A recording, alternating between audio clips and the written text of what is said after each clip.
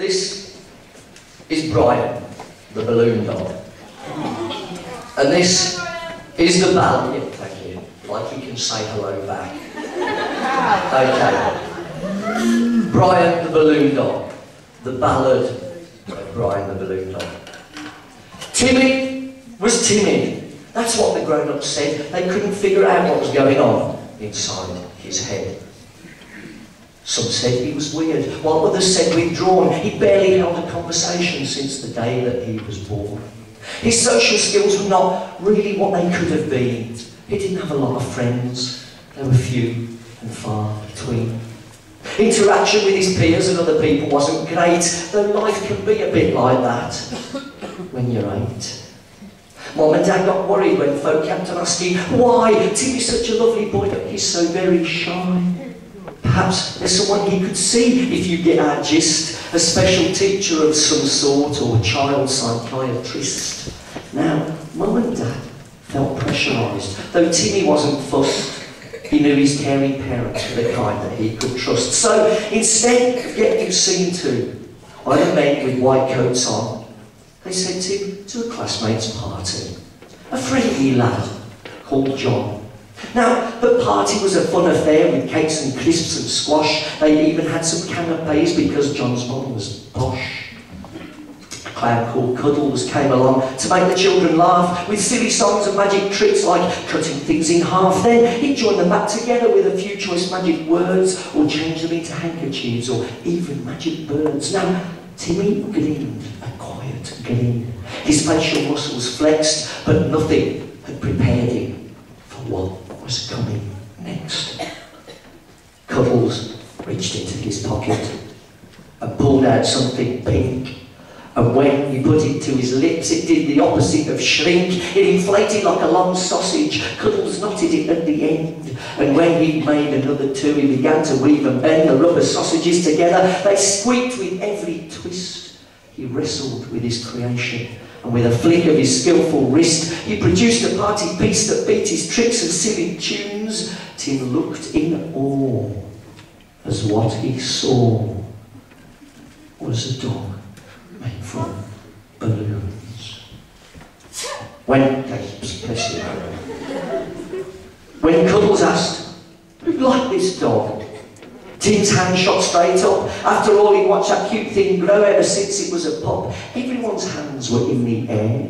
Timmy thought he'd lost his chance. Then Cuddles pointed Timmy out and asked him to advance. Timmy wasn't sure at first. This was quite a step for him, especially as he'd have to pass 2 brothers, both of whom looked grim. He took a deep breath and strode to the front, as confident as a lion. "Would you like to name your dog?" asked Cuddles. "Yes," said Tim. "He's Brian." Yes, he is. Timmy was so excited, he couldn't wait for the party to end so he could race back to his mum and dad with his newfound friend. He politely thanked John and his mum for such a celebration, then headed off home with Brian, his dog/balloon creation. Tim's mum and dad were really chuffed. They couldn't believe their ears. Timmy talked and talked about Brian. It was the most he'd said in years. They were so pleased that Brian had brought Timmy out of his shell, even though he was pink with a rubber coat and absolutely no sense of smell. Brian and Tim became best pals. They looked out for each other. He was more than just a balloon dog. Brian was like Timmy's brother. And when they went out to the park, they ran and jumped and played. And when they went swimming, Brian doubled up as Timmy's buoyancy aid. Thank you. The safari park was a popular haunt. They'd look at the yaks and baboons, wondering what the place would be like if the animals were made of balloons. Giraffes weren't hard to imagine. Elephants were harder to figure. Wolves were easy. They'd be like Brian, only a little bit bigger. Tim's mum and dad couldn't be more pleased. They were happy and elated, but how would Tim react if Brian the balloon dog became deflated? They could see that Timmy got anxious when he heard a hiss or a squeak. He'd examined Brian's rubber limbs just in case he'd sprung a leak.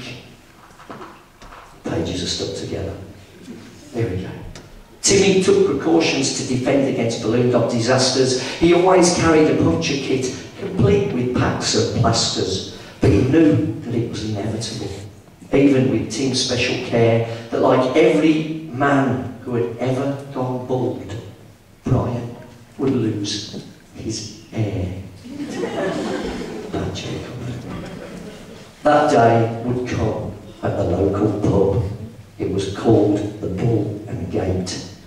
Tim's dad was in the darts team. You could say they were tempting fate.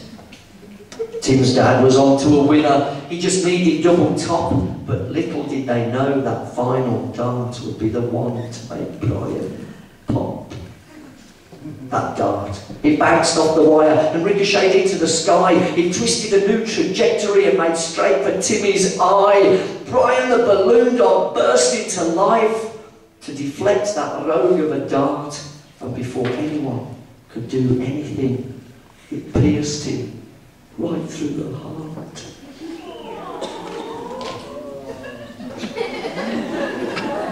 Brian went out in a glorious bang! The balloon dog was no more. All that was left were pink fragments scattered all over the floor. Timmy's eyes filled with tears, his grief too hard to hide. Yet while his woe ran down his cheeks, his heart was full of pride. See, Brian had brought about a change that no dart could destroy. It helped a timid Timmy become a confident young boy. Now, whenever Tim's under the weather, there's one thing that clears the fog, and that's the memory of his bestest friend, Brian the balloon dog.